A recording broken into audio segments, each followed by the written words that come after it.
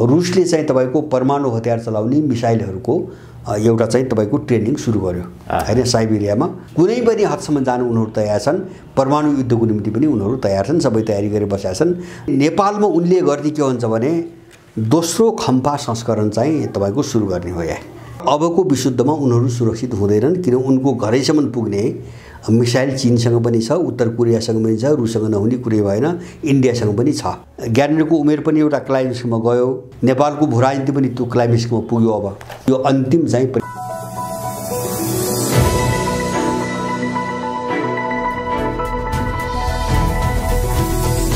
हिमाल online TV पछिल्लो राष्ट्रिय अन्तर्राष्ट्रिय राजनीतिक घटनाक्रम, अन्तर्राष्ट्रिय शक्तिहरूको लडाईँ र विश्व भू राजनीतिको विषयमा कुराकानी गर्दैछौँ। राजनीतिक विश्लेषक त्रिमूल नेपालका अध्यक्ष भरत दाहालसँग स्वागत छ दाइ यहाँलाई। हजुर धन्यवाद।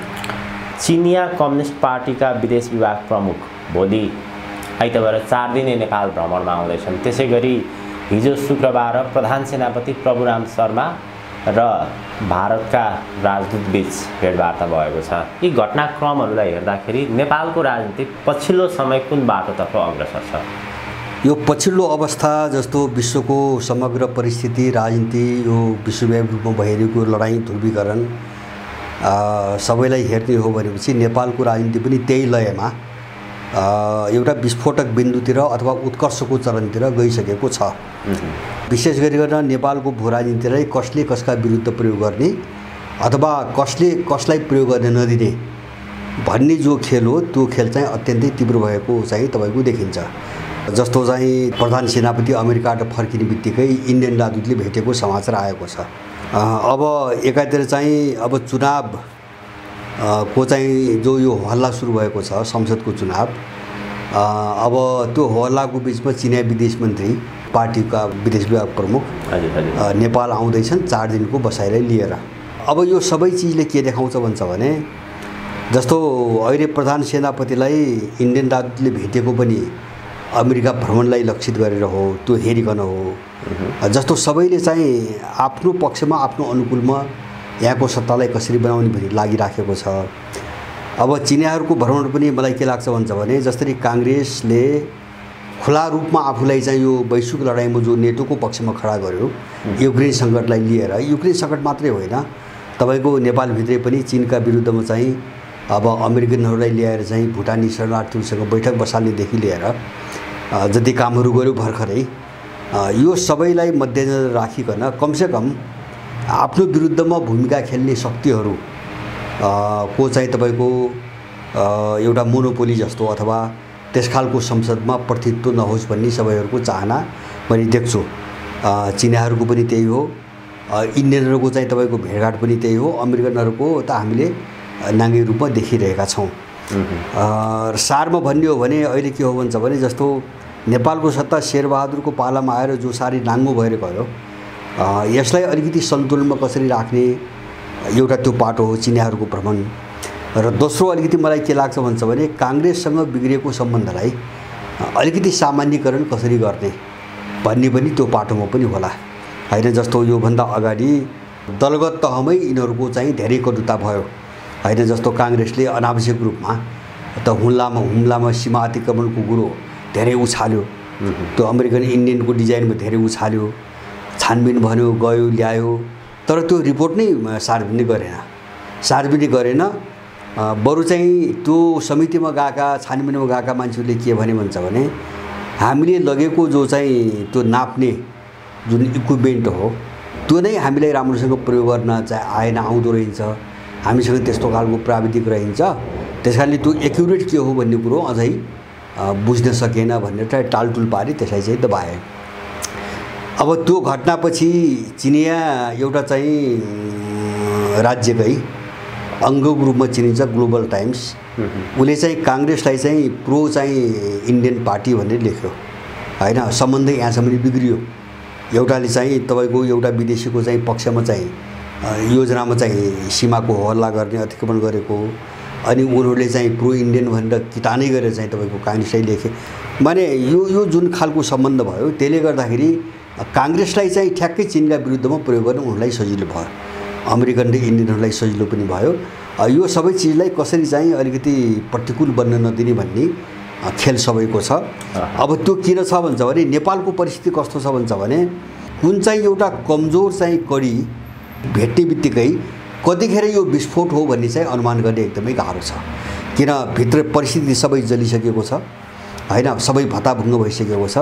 यो बाहिर चाहिँ तपाईँको अभिव्यक्त हुन चाहिँ नसकेको हो। त्यसको निम्ति त्यो विस्फोटको एउटा चाहिँ निमित्त कारण बन्नुपर्छ। त्यो कारण के बन्ने हो त्यो यथाशक्ति भन्न सकिँदैन। तर नेपाल एकदमै नाजुक अवस्थामा छ, असामान्य अवस्थामा छ। यही स्थितिलाई हेरिकन कतिखेर आफ्ना विरुद्ध चाहिँ अब एउटा माहौल अथवा परिस्थिति भट्किन्छ कि भन्ने चाहिँ तपाईँको सोचले सबै शक्तिहरूको यो चाहिँ तपाईँको शक्ति लागेको देख्छु मैले। चीनको पनि नेपालमा चासो दौडधुप र भारतको पनि चासो दौडधुप भनेको चाहिँ आफू अनुकूलतामा कसरी ढाल्ने त्यसैको प्रयास स्वरूप नै उनीहरूको दौडधुप अथवा बाक्लो उपस्थिति भन्न सकिन्छ। एकदमै जस्तो चिनियाहरूको के हो भन्छ भने चिनियाहरूको इन्डियनको भन्दा पनि पश्चिमाहरू नेपालभित्र पसेर यो फ्री तिब्बतको गतिविधि गर्न नपाउन्, उनको मुख्य चासो भनेकै त्यति हो हैन। सुरक्षाको कोणबाट नेपालको भूमिबाट तिब्बत विरोधी गतिविधि चलाउन दिन हुन्न भनी चाहिँ उनको जोड हो चिनियाहरूको।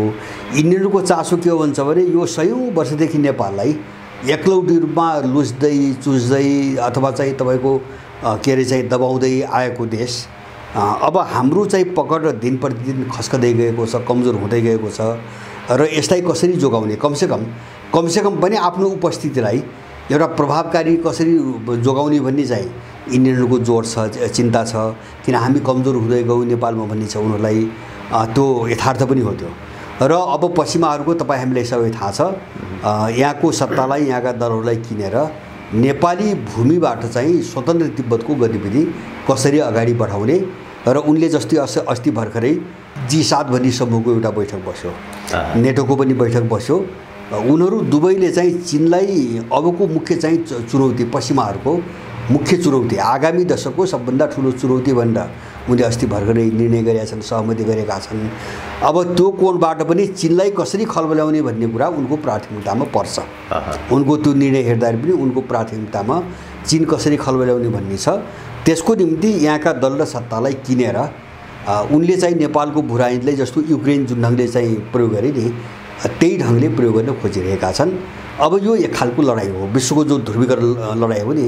र यो लडाइँ अब यो अलिकति व्यापक रूपमा हेर्दा यो कहाँ जोडिन्छ भन्छ भने यो देशका बिचमा मात्रै होइन, देखिदारी देशका बिचमा छ। उनको आफ्नो स्वार्थ त छ नै, तर जस्तो चाहिँ अहिले युक्रेन सङ्कटपछि धेरै पटक चाहिँ एउटा व्यापक रूपमा एउटा चर्चा छ, बहस सुरु भएको छ नयाँ विश्व व्यवस्थाको उदय हैन। अथवा जस्तो पुटिनले पनि मुख खोलेरै भने बहुध्रुवीय विश्व, नयाँ विश्व व्यवस्था, पश्चिमी विश्व व्यवस्थाको अन्त्य हैन। सी जिनपिङले पनि खुलेरै त्यही भनिरहेछन्। र कुनै न कुनै रूपमा एसिया, अफ्रिका, ल्याटिन अमेरिकाका देशहरूलाई यसले असर गर्दै गएको छ। त्यसकारणले पात्र त देश हुने भए यहाँको भूराजनीतिमा, अन्यत्र पनि देश हुने भए, तर त्यसका पछाडि विषय धेरै व्यापक पनि छन् हैन। जस्तो नेपालको भूराजनीतिको लडाइँको एउटा पाटो यो पूर्व र पश्चिमको लडाइँ पनि हो यो हैन। जस्तो अमेरिकनहरू हार्ने भनेको चाहिँ पश्चिमी जगतले हार्ने हो, जस्तो युक्रेनमा जो भइरहेछ नि अहिले, अब उनले यहाँ पनि पश्चिमाहरूले हार्ने हो सारमा। त्यसकारणले यो चाहिँ एउटा सिङ्गो सभ्यताको जितहार अथवा सिङ्गो ब्लक पूर्व र पश्चिमको जितहार अथवा सिङ्गो चाहिँ विपरीत खालका मूल्य मान्यताहरूको एउटा जितहार र सारमा भन्छ भने जो विश्व व्यवस्था भनिन्छ नि पुरानो र नयाँ, यसको जितहार यो बृहत आयामसँग जोडिएको हुनाले नेपालको भूराजनीति धेरै चाहिँ संवेदनशील, विस्फोटक र धेरै महत्त्वपूर्ण बनेर गएको हो। पछिल्लो विश्वको भूराजनीतिलाई लिएर चीन र भारत सुरक्षाको दृष्टिकोणले विशेष गरी एउटा किताबमा उभिएको भनेर सञ्चार माध्यममा यो प्रकारको व्याख्या विश्लेषण आइरहँदाखेरि तिब्बतको मामलामा भारतलाई कुनै पनि कुरा नबोल्नको लागि चीनले चेतावनी दिएको छ। यसको अर्थ चाहिँ के लाग्छ? चीन र भारत अलिकति फरक कोणबाट छन्, नेपालको सम्बन्धमा कसरी हेर्न सकिन्छ? नेपालको सन्दर्भमा फरक छ। जस्तो तपाईँले भने जस्तो इन्डियनहरू यो पुरै पश्चिमा वृत्तबाट अथवा उनको पकडबाट इन्डियन सत्ता बाहिर जान्छ भन्ने चाहिँ मलाई लाग्दैन। किन भन्छ भने इन्डिया पनि तपाईको थोरै धेरै अथवा चाहिँ प्रत्यक्ष अप्रत्यक्ष पश्चिमाहरूकै एउटा उपनिवेशको अवस्थामा रहेको छ हैन, एउटा नवोन्मेष जस्तो नै रहेको छ। त्यसमा पनि चाहिँ सन् 1990 पछि विशेष गरिकन 90 पछि तपाईको यिनीहरूको आर्थिक र राजनीतिक जुन प्रणाली अगाडि बढ्यो त्यो पुरै पश्चिमी थट र उनको प्रणालीमा आधारित छ र अहिले धेरै गाँजिसकेका छन् उनीहरूले। इन्डियन राज्यलाई धेरै गाँजिसकेका छन्, पार्टीहरूमा पनि त्यस्तै खालको उनको पकड छ र पछिल्लो कालमा अहिले चीन विरोधको नाममा उनीहरूले अमेरिकासँग धेरै प्रकारका सुरक्षा सम्झौताहरू गरेका छन्। जस्तो बेका सोफा जस्ता सम्झौताहरू उनले धेरै गरेका छन् र यो पछिल्लो कालमा हेर्नुहुन्छ भने यो युक्रेन सङ्कटभन्दा अगाडिको स्थिति हेर्दा इन्डियनहरूले बिस्तारै बिस्तारै रुससँगको एउटा सामरिक चाहिँ तपाईको सम्बन्ध अथवा चाहिँ हात हतियारको जो आपूर्ति हो आयात हो त्यसलाई बिस्तारै बिस्तारै कम गर्दै गएर अमेरिकासँग बढाउँदै गएको स्थिति छ। त्यसकारणले गर्दाखेरि इन्डियनहरूको जो मूल नाभि हो त्यो अहिले पनि पश्चिमासँग जोडिएको छ।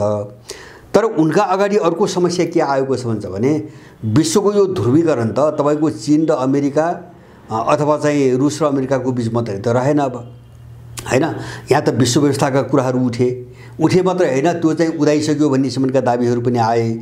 अब त्यही गणको समग्र तयारी भइरहेछ। जस्तो आफ्नो बैंकिङ प्रणाली, आफ्नो वित्तीय प्रणाली, आफ्नो एउटा राजनीतिक चाहिँ नेटवर्कहरू, जस्तो यतातिर उनीहरूले नेटो भने जस्तो यतातिर साङ्घाई कोअपरेसन चाहिँ सङ्गठन बनाएका छन्, ब्रिक्स समूहहरू छन्, बैंकहरू बनेका छन्, फाइनेन्सियल सिस्टमहरू बनेका छन्।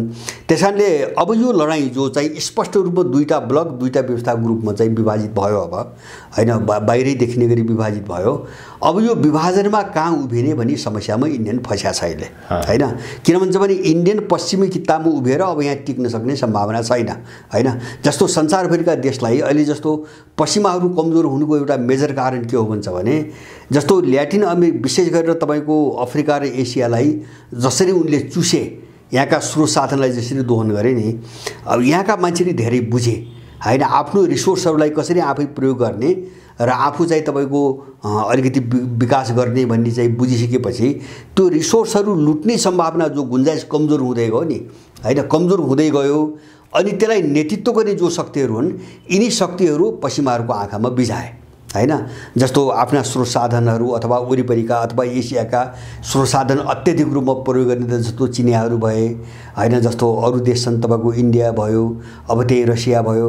अनि स्रोत साधनबाट आफ्नो पहुँच गुम्दै गइसकेपछि पश्चिमाहरू चाहिँ यी देशहरूप्रति एकदम चाहिँ आगो भएर अब अगाडि बढ्न खोजिरहेछन्। अब यो त इन्डियनहरूले पनि बुझेका छन्, चीनसँग उनको सिमानाको लडाईँ पो हो त, तर चीन र अमेरिकाको लडाईँ त त्यतिमै सीमित त छैन हैन। न सिमानाको कुरा हो, न चाहिँ तपाईको उनको सामरिक अथवा चाहिँ तपाईको बजारको लडाईँको कुरा मात्रै हो, त्यससँग धेरै चिज जोडिएको छ। त्यसकारणले न यता यिनीहरू सम्बन्ध तोड्न सक्ने चीन हुँदाहुँदै पनि जस्तो साङ्घाई कोअपरेसन अर्गनाइजेसनमा चाहिँ इन्डिया पनि बसेको छ, अब ब्रिक्स बैंकमा इन्डिया पनि बसेको छ, अरू बैंकमा बसेको छ।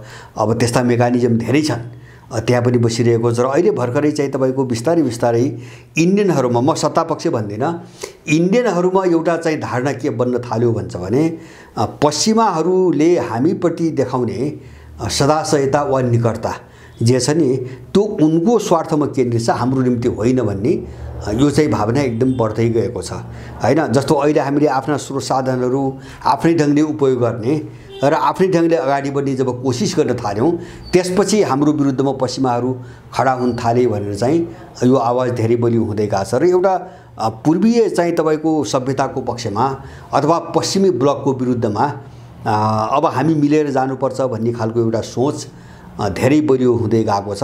त्यसले गर्दाखेरि पनि इन्डियन सत्तालाई चाहिँ तपाईको बीचमा बस्न बाध्य बनाएको छ र यो परिस्थिति लामो समयसम्म रहन्छ। मेरो अनुमानमा के रहन्छ भन्छ भने इन्डियनहरू साह्रै अवसरवादी छन्, एकदमै स्वार्थी छन् र उनको दिमागमा चाहिँ एउटा चाहिँ पाकिस्तान र चीन विरोधी चाहिँ तपाईको ग्रन्थि नै उनको राजनीतिको सार हो सबैको हैन। उनको देशभक्ति भनेको चीनको विरोध, पाकिस्तानको विरोध, देशभित्र मुस्लिमको विरोध हैन। अब अहिले चाहिँ आरएसएसले बिजेपीले त्यही देखाइरहेछ। तर यतिले मात्रै पुग्दैन। जस्तो यो लडाइँमा तपाईँको रसियनहरू पनि छन्, एसियाका अरू देशहरू पनि छन् होइन, अफ्रिकाका थुप्रै देशहरू छन्। त यो सबैसँग सम्बन्ध टुट्छ भोलि होइन। जस्तो अहिले इन्डियनहरूको यो चाहिँ दोगला भूमिका कुन बेलासम्म हो भन्छ भने युक्रेन सङ्कटपछि उत्पन्न भएको जो विश्वको ध्रुवीकरण हो यो चाहिँ निष्कर्षमा अब यो दिशातिर गयो भन्ने स्पष्ट नहुँदासम्म इन्डियनहरूले चाहिँ दोहोरो भूमिका खेल्ने हो, सम्बन्ध सबैतिर राख्न खोजे जस्तो गर्ने हो। तर यो चल्दैन। किन भन्छ भने हिजोको जस्तो कुनै देशका विरुद्ध मात्रै भावै जस्तो असमका आन्दोलन भन्ने पहिले चल्यो नि, त्यो सम्भावना मैले अब देख्दिनँ। किन अब जस्तो दुईटा विश्व व्यवस्था पुरानो र नयाँ भनेर होइन स्पष्ट रूपमा यत्रो विभाजन आइसकेपछि अब कुन विश्व व्यवस्था आफ्नो निम्ति अनुकूल छ भन्ने एउटा टुङ्गोमा उनीहरू पुग्नै पर्छ। तर युक्रेन सङ्कटपछिको जो ध्रुवीकरण हो त्यो ध्रुवीकरण कसको पक्षमा निर्णायक रूपमा चाहिँ तपाईँको विकास हुन्छ भन्ने एउटा दृश्य स्पष्ट नभइकन, त्यो तस्बिर स्पष्ट नभइकन इन्डियनहरूले एउटा ठोस निर्णय गर्छन् भन्ने चाहिँ मलाई लाग्दैन। उनले त्यो अवसरको खोजी गरिरहेका छन् र नेपालमा चाहिँ उनीहरूको आफ्नो स्वार्थ हो। जस्तो चिनियाहरूसँग मिल्दैन होइन, मात्रै चाहिँ जस्तो अब चिनियाहरूसँग अलिकति निकटता उनको कहाँ हो भन्छ भने नेपालमा पश्चिमाहरूको उपस्थितिको प्रश्नमा उनीहरू चीनसँग चाहिँ निकट हुन्छन्। किन भन्छ भने जस्तो पश्चिमाहरू नेपालभित्र पसे पनि इन्डिया पनि सिद्धिन्छ होइन, सबभन्दा पहिले इन्डिया सिद्धिन्छ। त्यो त उनलाई त थाहा छ, किन अमेरिकाले चाहिँ उनलाई चाहिँ तपाईँको मही खान त यहाँ त आउने होइन। त्यस कारणले गर्दाखेरि अमेरिकनहरूलाई बलियो नेपालमा बन्न नदिने कुरामा चिनियाहरूसँग बीचबीचमा यिनको सहमति हुन्छ। जस्तो अनमिललाई निकाल्दाखेरि भयो र अहिले एसपिपीमा पनि मलाई के लाग्छ हामीले बुझ्ने कुरा के हो भन्छ भने त्यो इन्डियन समेतको प्रेसर नभइदिएको भए यो चाहिँ फिर्ता गर्ने भन्ने क्याबिनेटको निर्णय हुँदैन थियो। किन ठेक्न नसक्ने भए होइन। अब चिनियाहरू त विरोधमा हुने नै भए, रसियन विरोधमा हुने नै भए, त्यसमा इन्डियन पनि तर्से होइन। जस्तो एमसीसी अनुमोदन भइसकेपछि इन्डियाको मिडियामा पनि त्यसको विरोधमा अब इन्डियालाई ठुलो चाहिँ समस्या आयो भनेर अब केही मिडियाहरूमा त्यो प्रचार पनि सुरु भइसकेको थियो। अब यस्ता मुद्दाहरूमा उनीहरूको निकटता चाहिँ तपाईँको पूर्वीय शक्तिहरूसँग छ इन्डियनहरूको। नेपालमा उनको छुट्टै स्वार्थ छ। नेपालको के हो भन्छ भने अब हाम्रो क्षेत्र हो, अब हामीले कज्याउँदै आएको चाहिँ तपाईँको भूगोल हो। त्यस कारण यसमा अमेरिकन, युरोपियन वा चाइनिजहरूको यसमा बोलवाला हुनुहुन्न, इन्डियनहरूको त्यही हो। नेपाल मुद्दामा चाहिँ उनीहरू चाहिँ तपाईँको कसैसँग पनि मिल्दैनन् होइन, कसैसँग पनि मिल्दैनन्। उनी मिल्ने भनेको नेपालको भू राजनीतिसँग जोडिएका अन्तर्राष्ट्रिय राजनीतिक मुद्दामा कुनै मुद्दामा चाहिँ तपाईँको अमेरिकनहरूसँग पनि गरिरहेछन्। जस्तो दलाइ लामाको कुरा आयो भने उनीहरू चीनकै विरुद्धमा बोल्छन्। हिजो अस्ति भर्खरै दलाइ लामाको जन्मदिनमा मोदीले दिएको शुभकामना लाई चीनले विरोध पनि गर्यो होइन, विरोध पनि गर्यो। र अब केही मामिलामा चाहिँ तपाईँको चिनियाहरूसँग पनि एउटा सहकार्य सम्बन्ध राखेर जाने होइन, त्यो पनि अन्तर्राष्ट्रिय मुद्दामा उनको यस्तो भूमिका छ। यो केही समयसम्म उनको स्पष्ट हुँदैन। विश्वको राजनीतिमा अहिले जसरी दुईटा ब्लक बनेको छ, एउटा चिनिया र रसिया ब्लक, अर्को अमेरिका बेलायत पश्चिमाको अर्को ब्लक, यो दुईटा ब्लक कुन तहसम्म कुन हदसम्म जाने सम्भावना देखिन्छ? विश्वको राजनीति जसरी अहिले एउटा चरम उत्कर्षतर्फ अग्रसर भएको देखिन्छ, यसको अवधि कुन ठाउँमा आएर विस्फोट हुने सम्भावना देखिन्छ यो पछिल्लो घटनाक्रमहरूलाई हेर्दाखेरि? अब यस्तो छ, जस्तो अस्ति भर्खरै 10-15 दिन अगाडि तपाईँको पुटिनकै कुरा सुन्ने हो भने उनले के भने भन्छ भने पश्चिमाहरूसँग हाम्रो जो सम्बन्ध थियो त्यसको अन्त्य भयो भने अब पुरानो ठाउँमा रसिया फर्कन सक्दैन, उनले घोषणा गरिसके। रसियनहरूले घोषणा गरिसके पश्चिमा युरोपियन र अमेरिकन सङ्घको सम्बन्ध जो हाम्रो थियो अब हामी फर्केर त्यो ठाउँमा जान सम्भव छैन, हामी जाँदैनौँ।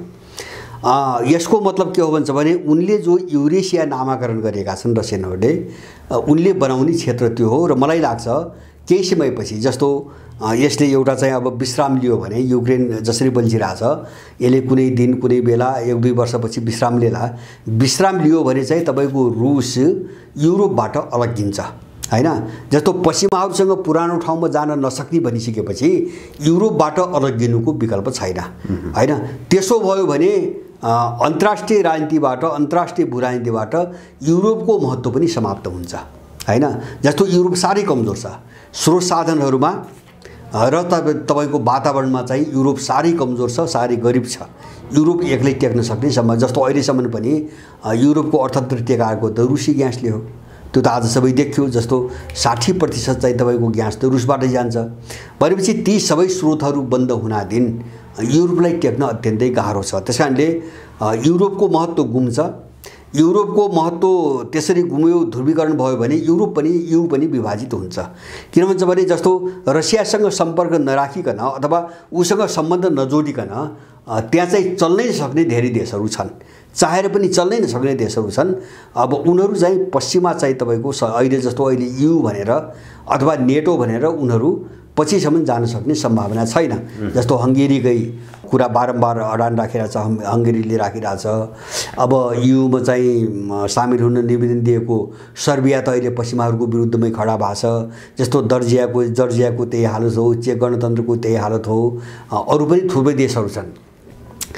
अब यो चाहिँ अब त्यसपछि पश्चिमाहरू बिचमै पनि विभाजन छ। जस्तो अहिले भर्खरै एउटा गजबको नयाँ घटना के भयो भन्छ भने उनीहरूको बिचमा विभाजन बिस्तारै सङ्कटले विभाजन ल्याइरहेछ। एउटा त रुसमाथि नाकाबन्दी र प्रतिबन्धलाई लिएर EU विभाजित भयो, युरोपियन युनियन विभाजित भयो र ठोस निर्णय अहिलेसम्म गर्नै सकेन। र यो पछिल्लो अस्ति भर्खरै 2 दिन अगाडिको मात्रै कुरा हो, युरोपियन युनियनले युक्रेनलाई ऋण दिन पनि अस्वीकार गरिदियो। अब किनभने युक्रेनले तिर्छ भन्ने ग्यारेन्टी छैन भन्यो। जस्तो युक्रेन कमिसनको जो प्रमुख छ उसले चाहिँ युक्रेनले त्यो ऋण तिर्न सक्छ भन्ने ग्यारेन्टी छैन, त्यस कारणले ऋण दिन चाहिँ हामी सक्दैनौँ भनेपछि माने पश्चिमाहरू के को निम्ति चाहिँ अरूसँग सम्बन्ध राख्छन् भन्ने कुरो त दिन प्रतिदिन उजागर भइरहेछ हैन। आखिर युक्रेनलाई त उनले आफ्नो स्वार्थको निम्ति फसाएको मात्रै रहेछ भन्ने कुरा त ऋण जस्तो चिज चाहिँ दिन्नौ भन्ने कुराले स्पष्ट पारिरहेछ। सहयोग मात्रै होइन, ऋणै नदिने भनेपछि माने पश्चिमाहरू कति बर्बर र क्रूर एउटा अपराधिक मानसिकताका छन् र कसरी अर्कालाई शिकार बनाएर चाहिँ फाइदा उठाउँछन् भन्ने कुरो छरपष्ट हुँदै गएको छ। जस्तो अब त युक्रेनले पनि बुझ्दै गयो। अस्ति भर्खरै युक्रेनमा एउटा चाहिँ स्याम्पल तपाईँको सर्वे भयो, सर्वेमा झन्डै 40% बढी मान्छेहरू कहाँ पुगिरहेको भन्छ भने युक्रेनको यो हालत हुनमा जेलेन्स्की र अमेरिकाको हात छ हैन। उनकै कारणले युक्रेन यस्तो भयो भनेर चाहिँ तपाईँको अहिले जनमत त्यसरी उल्टिरहेछ। अस्ति त्यसपछि चाहिँ 3-4 दिन अगाडि अमेरिकामा एउटा सर्वे भयो हैन, पोल सर्वे भयो। त्यसमा चाहिँ तपाईँको लगभग चाहिँ 48% अमेरिकनहरूले अमेरिकामा जो महँगी र इन्फ्लेसन मुद्रास्फीति बढ्यो अहिले जो कठिनाइ सुरु भएको छ नि यसको जिम्मेदार चाहिँ बाइडेन सरकार हो भनेर चाहिँ तपाईँको राय राख्ने मान्छेहरू 48% देखा परिरहेका छन्। भनेपछि उनको विरुद्धमा उनकै देशभित्र जनमत भड्किरहेछ अहिले। त्यसैले गर्दाखेरि अब यो जो ध्रुवीकरण छ नि अहिले युक्रेनको नाममा यसमा पश्चिमको पराजय हुन्छ, त्यो चाहिँ ढल्छ भन्ने कुरामा कुनै पनि सन्देह भएन हैन। मलाई कुनै पनि सन्देह छैन। र स्थिति कहाँ पुग्यो भन्छ भने सायद त्यो भित्रको सबै शक्ति सामर्थ्य आफ्नो तयारी नभइकन मान्छे बोल्दैन हैन। त्यो त आज बोल्ने त एउटा नजिर बनाइदिने मात्रै हो, त्यो भोलिको निम्ति गर्नको निम्ति नजिर बनाउने हो।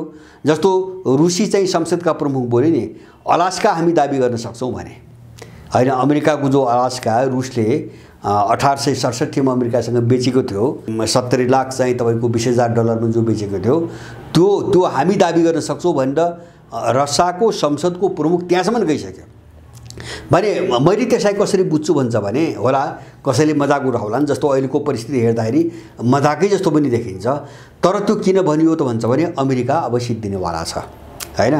माने पश्चिमी ब्लक अब सिद्धिनेवाला छ, हामीसँग सक्दैन।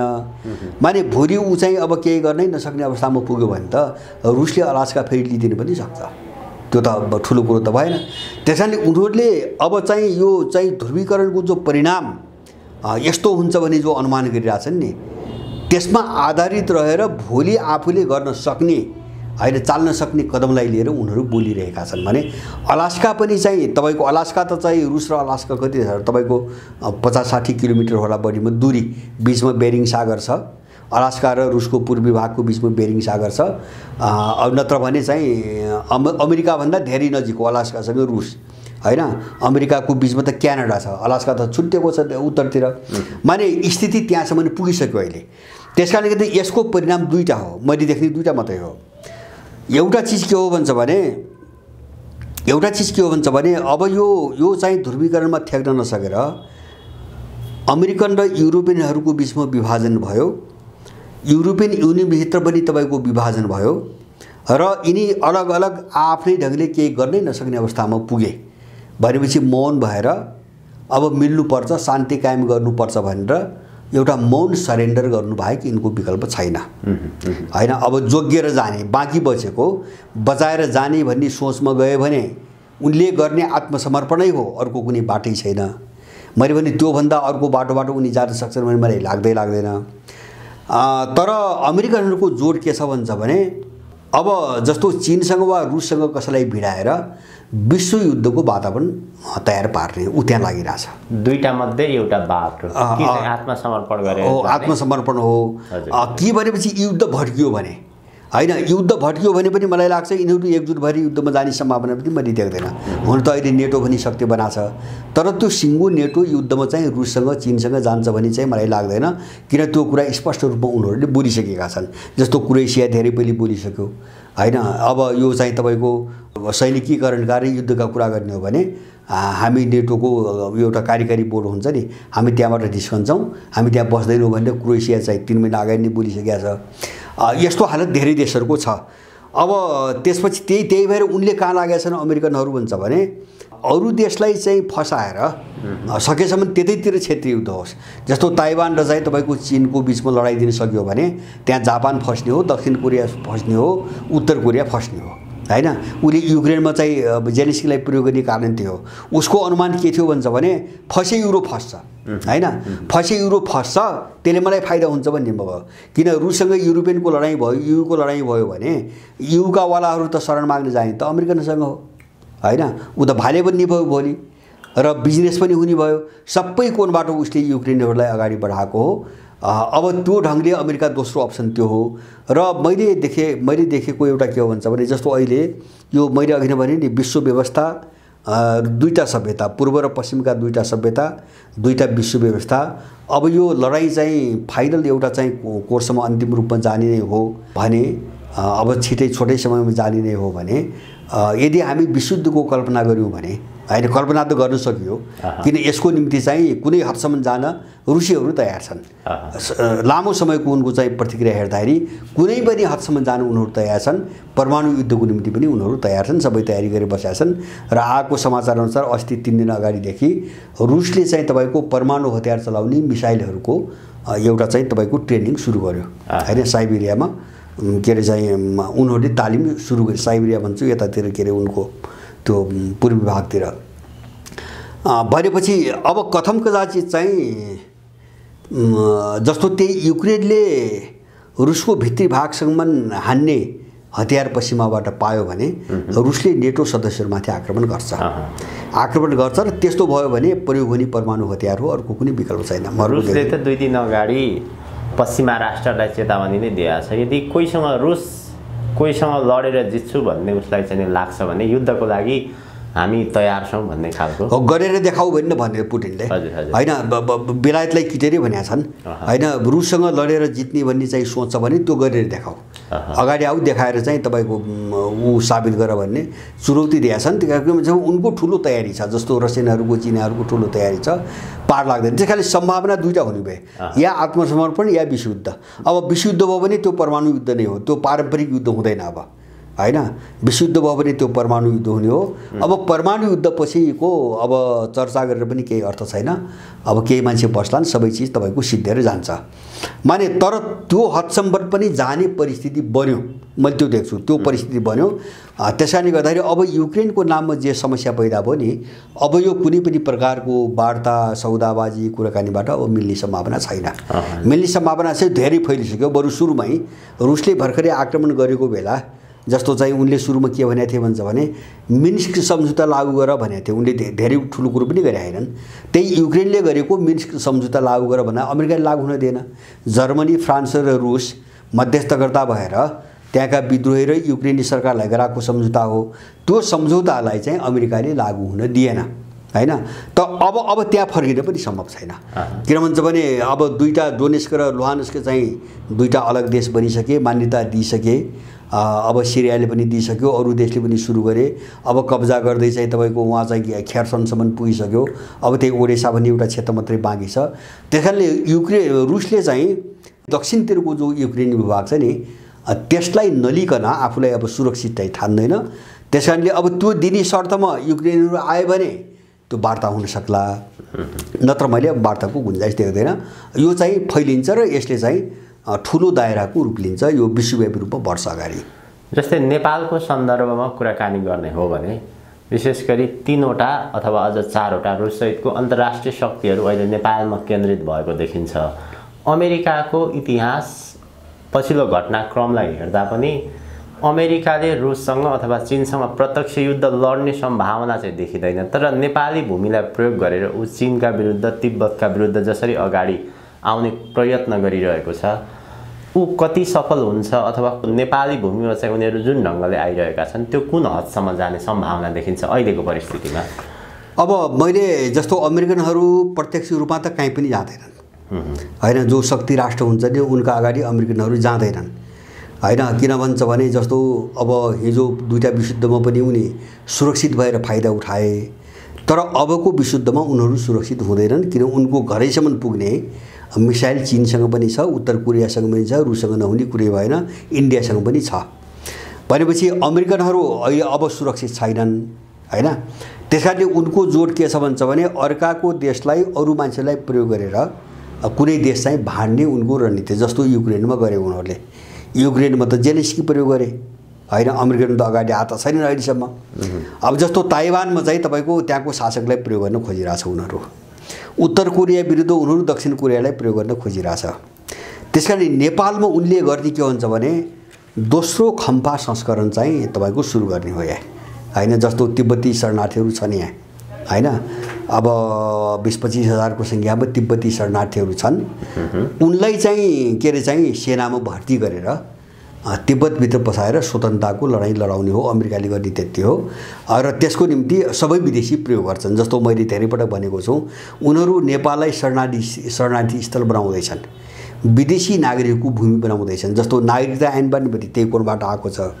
जस्तो इन्डियाको नागरिकता स्वार्थमा पश्चिमाहरूको सहकारी किन भयो हैन भने त भन्दाखेरि जन्मको आधारमा नागरिकता दिने प्रावधान राखिदिएपछि त नेपालमा जन्मने त सबै नेपाली हुने भयो नागरिकताको हिसाबले। त्यसकारणले अब यहाँ चाहिँ तपाईँको भुटानी शरणार्थी पनि केही होलान् हैन, छन् पनि, उनका मान्छे पनि छन्। अब तिब्बतियन भए, उनीहरूले धमाधम रोहिङ्गा ल्याइरहेछन्, यत्रो भूभाग छलेर हैन योजनाबद्ध रूपमा पठाइरहेछन्। बर्माबाट यहाँ आउनुको निम्ति उत्तर पूर्वी भारतको त्यत्रो सिमाना क्रस गर्नुपर्छ, पश्चिम बङ्गाल काट्नुपर्छ, बिहार काट्नुपर्छ हैन, अनि मात्रै चाहिँ यहाँ प्रवेश गर्ने हो, तर ल्याइरहेछन् धमाधम।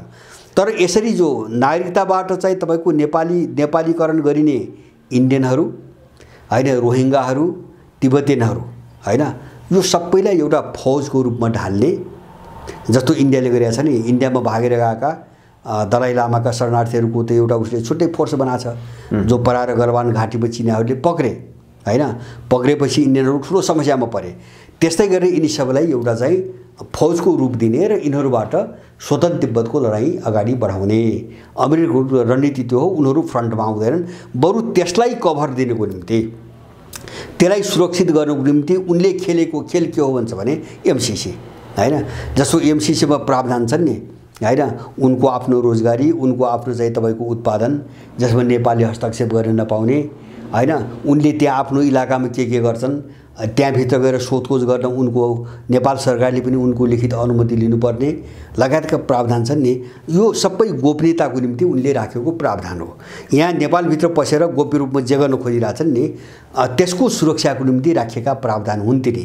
त्यसैले सुरक्षाको कभर आफू बन्ने, अमेरिकनहरूको सुरक्षाको कभर आफू बन्ने र चाहिँ सेना बनाएर लडाउने अर्को जत्था, त्यसलाई सपोर्ट दिनको निम्ति, मैले बुझेको त्यसलाई सपोर्ट दिनको निम्ति जस्तो अगाडि बढाइने, जस्तो फ्रन्टमा लड्ने समूहहरू हुन्छ नि, त्यसलाई ब्याकिङ गर्ने अथवा पछाडिबाट भर्ती गर्न, जस्तो तालिमको कुरा आउला हैन, अब चाहिँ तपाईँको शिक्षाको कुरा आउला, त्यो सबै काम गर्नको निम्ति जस्तो एसपीपी भन्ने जो आयो नि, त्यो मार्फत अमेरिकन सेना नेपालभित्र खुलेआम बस्ने वातावरण बनाउन खोज्या हो हैन। किन ऊ आफै त लड्दैन नि, भोलि ऊ आफै त आए पनि त लड्दैन, लडाउने त अरूलाई हो। त्यस कारणले उनलाई चाहिँ कसरी अगाडि बढाउने त हैन, तालिम सालिम हात हतियारदेखि लिएर सबै चिज कसरी बढाउने त यिनीहरूले यो सबै तयारी गरेका हुन्। तर विश्वको भू राजनीतिले यिनको सपनामै तुहिन्छ, यो अगाडि बढ्दैन हैन यो अगाडि बढ्न सम्भव पनि छैन। मलाई त कति विश्वास छ भन्छ भने मलाई कति विश्वास छ भन्छ भने हामीले बाहिर चाहिँ देखे सुने अनुसार अब रुस हतियारमा धेरै बलियो छ हैन, त्यो त बाहिर आएको आँकडा हो जो दर्ता गरिन्छ, जानकारी दिएर दर्ता गरिन्छ। तर मलाई के लाग्छ भन्छ भने रुस जति बलियो छ त्योभन्दा कमजोर चीन चाहिँ छैन, त्योभन्दा कमजोर चीन छैन। यो धेरै कुरो मान्छेले देखेको पनि छैन हैन, धेरै चीज अनुमान मात्रै गइरहेछ। अमेरिकनहरु त कहाँसम्म पुगे भन्छ भने जस्तो यस्ता कुरा त हामीले सुन्न पनि पाएका छौँ अहिलेसम्म। चन्द्रमा कब्जा गर्न थाल्यो भनेर अस्ति नासा चाहिँ बौलाइरहेछ, अमेरिकाको वैज्ञानिक संस्था चीनले चन्द्रमा कब्जा गर्न थाल्यो हैन, र चीनमा एउटा सैन्य मिलिटरी स्टेसन कायम गर्ने चाहिँ तपाईको योजनामा अगाडि बढ्यो चीन भनेर अमेरिकनहरु बौलाइरहेछन्, किन उनको त्यो क्षमता पनि छैन अहिले हैन। चीन त्यहाँ गइसक्यो, अहिलेसम्म हाइपरसोनिक मिसाइल बनाउन सकेका छैन, 2 पटक कोसिस गर्यो असफल भयो। अब अमेरिकन के अरे चाहिँ तपाईको रसियन चाइनिज र उत्तर कोरियासँग चाहिँ हाइपरसोनिक मिसाइल बनाएर परीक्षण गरेको चाहिँ आधा दशक भइसक्यो हैन, आधा दशक भइसक्यो। भनेपछि बाहिर अमेरिकनहरूलाई जो संसारले बुझ्यो नि अहिलेसम्म अमेरिका वास्तवमा त्यहाँ छैन होला, हिजोको बुझेको अमेरिका अहिले पनि त्यही ठाउँमा होला। तर जसलाई अमेरिका भन्दा धेरै कमजोर हामी ठान्थ्यौं नि ती देशहरू अमेरिका भन्दा धेरै अगाडि गइसकेका छन्, जो कुरो दुनियाँलाई थाहा छैन, उनले भित्र त्यो तयारी गरेका छन्। त्यसकारणले मलाई लाग्छ चीनसँग भिड्ने हो भने रुससँगको लडाईँमा अमेरिका जति कमजोर भयो नि त्योभन्दा बढी चाहिँ नोक्सानी उसले बिहोर्नुपर्छ भन्ने लाग्छ मलाई। यदि चाहिँ चीनसँग चाहिँ सिधै मुठभेडको स्थिति आयो भनेपछि त्यहाँ जान सक्छ। र अर्को मलाई के लाग्छ भन्छ भने चीनका विरुद्धमा चाहिँ कुनै चाहिँ गतिविधि उसको उक्साहटमा कुनै गतिविधि भयो भने जस्तो तपाईको चीन चाहिँ तिनै देशका वरिपरि मात्रै रुमल्लिन्छ भन्ने पनि मलाई लाग्दैन। सिधै युद्ध चाहिँ अमेरिकासँग हुन सक्छ हैन, किन त्यो तयारी छ। जस्तो अहिले रसियनहरुले पनि त्यही खोजिरहेको बुझ्छु मैले, जस्तो उनले चाहिँ युद्ध चाहिँ वर्षौं पनि जान सक्छ भने नि, किन भन्छ भने उनीहरुले पश्चिमाहरुलाई तान्न खोजिरहेछन्, किन पश्चिमा अब कागजी बाग हो हैन, उ सक्दैन त्यो त थाहा छ उनीहरुलाई, उनले तान्न खोजिरहेछन्। नत्र भने युक्रेन युद्ध यसरी लम्बिने कारण थिएन। रसियाले त सोभियतकालीन चाहिँ हतियार र त्यो पनि आफ्नो भण्डारमा रहेको 10% हतियारभन्दा बढी प्रयोग गरेका छैन। यो जो आधुनिक अत्याधुनिक भन्छौँ नि हामीले, यो कुनै पनि 1-2टा मिसाइल बाहेक रसियाले प्रयोग नै गरेको छैन। यो सबै रणनीति हेर्दा अमेरिकनहरू नेपालमा सफल हुन्छन् भन्ने विश्वास मलाई कतै पनि छैन। तर यिनीहरूले गिजोल्ने नेपाललाई अराजक बनाउने, अस्तव्यस्त बनाउने प्रयत्न अन्तिमसम्म प्रयत्न त गर्छन्। जस्तो श्रीलङ्का जस्तो बनाइदिने, टाट पल्टाइदिने, जस्तो विभिन्न लक्षण आइरहेछन्। यो महँगी, मुद्रास्फीति, यो कृत्रिम चाहिँ तपाईको के अरे तेलमा चाहिँ मूल्य वृद्धि कसरी हाहाकार मचाउने भन्ने चाहिँ त्यो दलाल तत्त्व लागिरहेछ हैन। तर नेपाललाई चाहिँ युक्रेन बनाउने हालतमा चाहिँ अमेरिकनहरू पुग्छन् भन्ने चाहिँ मलाई लाग्दैन। श्रीलङ्काको जति त्यो एउटा त्यो बाटोतर्फ चाहिँ जाने सम्भावना प्रबल देखिन्छ। होइन, बाटो त्यही हो, धकेलेको त्यही हो त्यहाँ उनीहरूले। त्यसको कारण के हो भन्छ भने उनीहरू के गर्छन्, जस्तो अहिले उनको अनुकूलको सरकार छ, अब त्यो पनि श्रीलङ्का जस्तो बनाउने के भन्छ भने जस्तो टाट पल्ट्यो अथवा हाहाकार भयो, महँगी मुद्रासी ठेक्नै नसक्ने भयो भने भोलि एउटा शर्तमा चाहिँ विश्व बैंक र अन्तर्राष्ट्रिय मुद्रा कोषले क्याप्चर गर्छ। श्रीलङ्कामा अहिले त्यही भइरहेछ हैन, उनले त शर्त राख्छन्।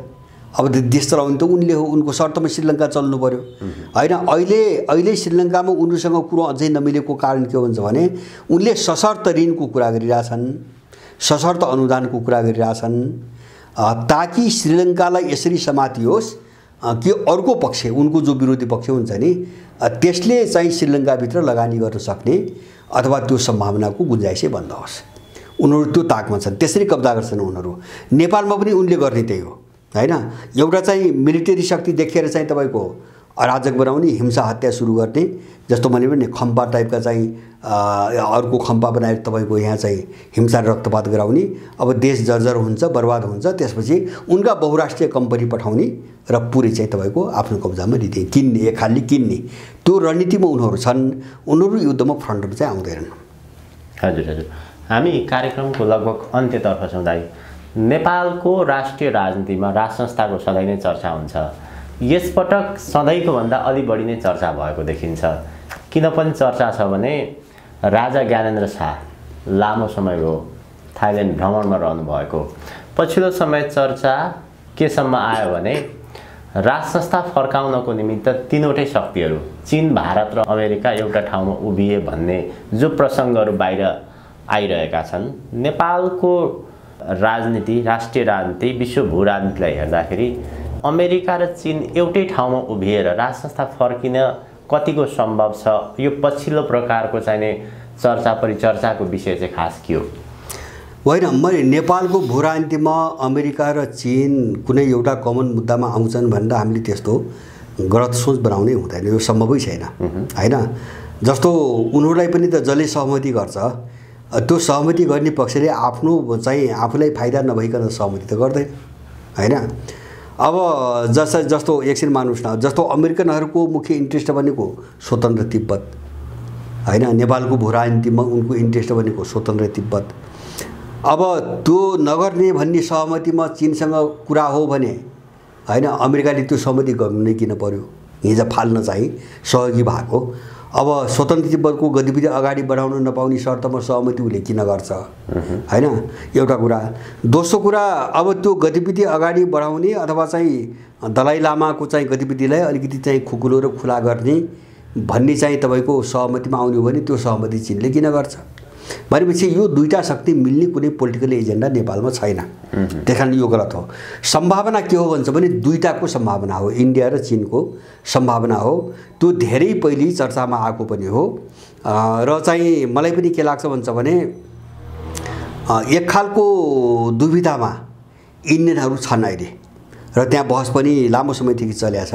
जस्तो अहिले 12 बुधेमा काङ्ग्रेस अब एमाले माओवादीले बोकेर राजा फालेर हामीले ठुलो नोक्सानी बेहोऱ्यौँ भन्ने इन्डियनहरू प्रशस्त छन्, विशेष गरेर यो थिङ्क ट्याङ्कको चाहिँ सर्कलमा होइन। उनको भनाइ के छ भन्छ भने हिजो त्यो राजा हुँदासम्म त कमसेकम यो अन्तर्राष्ट्रिय जो शक्तिहरू उनको त हाम्रो पोजिसन त पहिलो नम्बरमा थियो, हामी अहिले तेस्रोमा धकेल्यौँ भन्ने छ उनीहरूको होइन। फ्रन्टमा सबभन्दा अगाडि चाइनिजहरू आए, त्यसपछि अमेरिकनहरूको प्रभाव बढ्यो, दबदबा भयो, हामी तेस्रोमा गयो, हाम्रो निर्णायक भूमिका चिप्लियो भन्नेमा छन्। त्यस कारणले त्यो राजासँग अब फेरि फाल्ने मुख्य एजेन्डा त उनको हो पहिले। त्यस कारणले गर्दाखेरि अब त्यो फर्क्यो भने फेरि हामीसँग कुनै चाहिँ बदला लिन्छ कि भन्ने एउटा त्रास पनि छ उनीहरूलाई, डर पनि छ र उनीहरूलाई के पनि छ भन्छ भने नफर्काउँदा स्थिति यस्तै जान्यो भने त इन्डिया त सिद्धिनु भयो यहाँबाट अब होइन। इन्डिया त चाहिँ तपाईँको हात हाल्न नसक्ने जाने खतरा पनि बढ्यो अब। त्यस कारणले अब फर्काउनु पर्छ कि भन्ने चाहिँ तपाईँको मानसिकता पनि छ। त्यस कारण उनले एउटा बार्गेनिङको चाहिँ ठाउँ खोजिरहेका छन्। अब त्यो बार्गेनिङ जस्तो पहिले पनि यो कोसिस भएको, जस्तो गिरिजाकै पालामा बेबी किङको कुरा उठ्यो, बाबुरामहरूले बेबी किङ सेरेमोनीको कुराहरू उठाए, सबै उनले भन्न लगाएको थिए होइन। त्यो मान्छ भनेपछि कुराकानी गरौँ भन्ने प्रस्ताव, तर चाहिँ राजाले नमानेको हो होइन, नमानेको हो। र अहिले कहाँ चाहिँ जस्तो इन्डियनहरूको सहमति, एउटा मौन सहमति अथवा चाहिँ कमसेकम इन्डियाको विरुद्धमा नेपालको भू राजनीतिलाई चाहिँ हामी काम हुन दिँदैनौँ भन्ने चाहिँ एउटा कमिटमेन्ट गर्ने, इन्डियाको चाहिँ विरुद्धमा कुनै पनि गतिविधि हुन दिँदैनौँ भन्ने, अथवा उनले केही इन्ट्रेस्ट, उनका आफ्ना केही इन्ट्रेस्ट छन् होइन, जस्तो पानी सानी स्रोत साधन आदि इत्यादि, यस्तै लुटी खाने पानीको सङ्कट छ इन्डियामा, यस्तै चिजहरूमा प्राथमिकता चाहिँ इन्डियनहरूलाई दिने भन्ने यस्तै विषयमा उनी सहमतिमा आउँछन्। सहमतिमा आउने दुईटा कारण हुन्छन्। एउटा चाहिँ आफ्नो खस्किँदैको स्थितिलाई कसरी रिकभर गर्ने समस्या छ। पहिलो अहिलेको जो ध्रुवीकरण हो, यो ध्रुवीकरणको यो त जस्तो पूर्वीय पक्षमा ध्रुवीकरणका मुख्य पात्र भने त रुस र चीन हुन्। त्यस कारणले अहिले चाहिँ यो मामिलामा रुसलाई चिराइकन अथवा सम्बन्ध टुटाइकन उनलाई जान गाह्रो छ, अगाडि बढ्न गाह्रो छ। र तेस्रो कुरा के हुन्छ भने नेपालमा अमेरिका पश्चिमाहरूको उपस्थिति भयो भने जोखिम चीनलाई होइन, जोखिम त हुन्छ नै चीनलाई, तर मलाई लाग्छ उनीहरू आएर चीनमा त्यसरी चाहिँ हात हालेर गडबडी गर्न सक्छन् भनेर मलाई लाग्दैन। चीन त्यति कमजोर पनि छैन होइन, तर त्यसको नोक्सानी बेहोर्ने इन्डियाले नै हो होइन, किन इन्डियाभित्र घुसपैठ गरेर उसलाई सिध्याउन सजिलो छ। धेरै खुकुलो देश हो होइन, चीन जस्तो देश होइन। त्यस कारणले गर्दाखेरि त्यो खतरा उनले हेरिरहेका छन्। अहिले अमेरिकनहरू पस्यो भने हामी पनि सिद्धिन्छौँ भन्ने हेरिरहेका छन्, किन इतिहासमा त उनले पनि देखेका छन्। र अहिले पनि भर्खरै इन्डियनहरू यो रसियनहरूसँग युक्रेन युद्ध सुरु भएपछि तपाईँको यो पुटिनका विरुद्धमा के अरे रसियामाथिको प्रतिबन्धका विरुद्धमा जान नमानेपछि पश्चिमाहरूले एउटा खेल खेले। त्यहाँ चाहिँ पहिले उन्मूलन भएका राजा रजौटाहरू जो चाहिँ केही बेलायतमा, केही युरोपका अरू देश, केही अमेरिकामा बसेका छन्, यिनलाई चाहिँ निर्वाचित सरकार गठन गर्न लगाएर तपाईको अस्ति वक्तव्य पनि आछ 2 महिना अगाडि। यो उत्तर पूर्वी इन्डियाको कुनै एउटा प्रान्त हो, सायद यो मणिपुर नागाल्यान्ड कतातिरको हो, त्यहाँको पहिलेको एउटा राजाले निर्वाचित सरकारको नाममा एउटा स्टेटमेन्ट दिएको छ 2 महिना अगाडि। उनले त त्यो हतियार समातेर त बस्या पश्चिमाहरू हैन, जस्तै कहिले काश्मीरको हतियार समात्छन्, पाकिस्तानलाई समात्छन्। त्यसकारणले यसबाट भयभीत छ, इन्डियनहरू भयभीत छन्। यो सबै समीकरण हेर्दाखेरि अहिले तपाईको राजाको प्रसङ्ग भन्नु भने एउटा मैले सम्भावना जस्तो समग्र देशको परिस्थिति हेर्दा हैन, मान्छेको चाहना, रुचि अथवा यो अराजकता, यिनको यो अत्याचार सबै हेर्दा केही न केही यसको निकास निस्कनुपर्छ भन्ने आम मान्छेहरूको मानसिकता र यो अहिलेको विश्वको ध्रुवीकरण जुन मोडतिर गयो, अब त्यो त एउटा दिशा त लिइसक्यो अब यो सन्दर्भमा इन्डियनहरू मजबुत भएर हामीलाई हानि नोक्सानी केही नगर्नु अथवा यस्तो नगरिदिनु भन्ने एउटा कमिटमेन्ट चाहिँ तपाईको पाए भने इन्डियनहरू चाहिँ सहमत हुन सक्ने सम्भावना छ। र तपाईले अघि नै उठाएको जस्तो यति लामो बसाइ भयो राजाको थाइल्यान्डमा, अझै पनि केही दिन लाग्छ भने सुन्दैछु मैले। यो सबै चिज तपाईको हेर्ने हो भने सायद यो उनको यो भ्रमण नै अब यो मुद्दामा जो छलफल पहिलेदेखि चल्दै आएको थियो नि विभिन्न शक्तिहरूसँग, यो अन्तिम चाहिँ प्रयास हो जस्तो मलाई लाग्छ। किन हुन्छ भने नेपालको भूराजनीति पनि त्यो क्लाइमेक्समा पुग्यो। अब नेपालको भूराजनीतिमा पनि वारपारको चरणमा पुग्यो र अर्कोतिर तपाईको उमेरको हिसाबले पनि ज्ञानेन्द्रको उमेर पनि एउटा क्लाइमेक्समा गयो हैन। र अर्को चिज के हो भन्छ भने जस्तो कुनै पनि एजेन्डाको यो आकर्षणको एउटा अवधि हुन्छ हैन। अब त्यो अवधि गुज्रो, अब त्यो एजेन्डाले काम गर्न सकेन देख्यो भने, काम गर्न नसक्ने चाहिँ आम जनमतले देख्यो भने त्यो एजेन्डा पनि उसको मासिकबाट हराउँछ। त्यसकारणले गर्दाखेरि अब यो बेला चाहिँ निर्णायक पहल भएन भने यो च्याप्टर पनि बन्द हुन्छ। मलाई लाग्छ यो च्याप्टर यो बन्द हुन्छ। अब त्यो पक्षले यो बुझेको होला हैन, राष्ट्रिय अन्तर्राष्ट्रिय जुनसुकै शक्ति होस् त्यसले बुझेको पनि होला। त्यो कारणले यो अहिलेको थाइल्यान्डको बसाइले हुने नहुने जे भए पनि आँट्ने नाट्ने अथवा कुन ढङ्गले गर्ने हैन, जस्तो हरेकका शर्त होलान् हैन, कसका शर्त कुनै त राम्रै शर्त हुन्छन्। जस्तो त्यो स्वतन्त्र तिब्बतको गतिविधि गर्न दिनुहुन्न भने के नराम्रो कुरा भयो, हामीले एकछिन भनिरहेछौँ हैन, त्यो नराम्रो कुरा भएन। अब यस्तै चिजहरूमा हुन्छ भने सायद मलाई लाग्छ एउटा सहमति अहिले विशेष गरिकन यो वैश्विक चाहिँ परिदृश्यलाई हेरेर एउटा कुनै न कुनै सहमति अहिले चाहिँ हुन्छ र त्यसले नेपालको राजनीतिमा असर गर्छ भन्ने चाहिँ मलाई लाग्छ। हस्, अत्यन्त धेरै धन्यवाद दाइ आजको महत्त्वपूर्ण समय र विचारको लागि। हजुर, धन्यवाद।